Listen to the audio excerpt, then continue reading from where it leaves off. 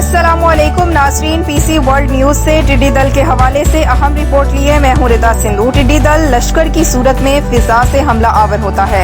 एक लश्कर में करोड़ों टिड्डियां होती हैं। ये एक दिन में 35,000 इंसानों की खुराक के बराबर फसल खा जाती हैं। टिड्डी दल की लंबाई और चौड़ाई कई किलोमीटर पर मुहित होती है।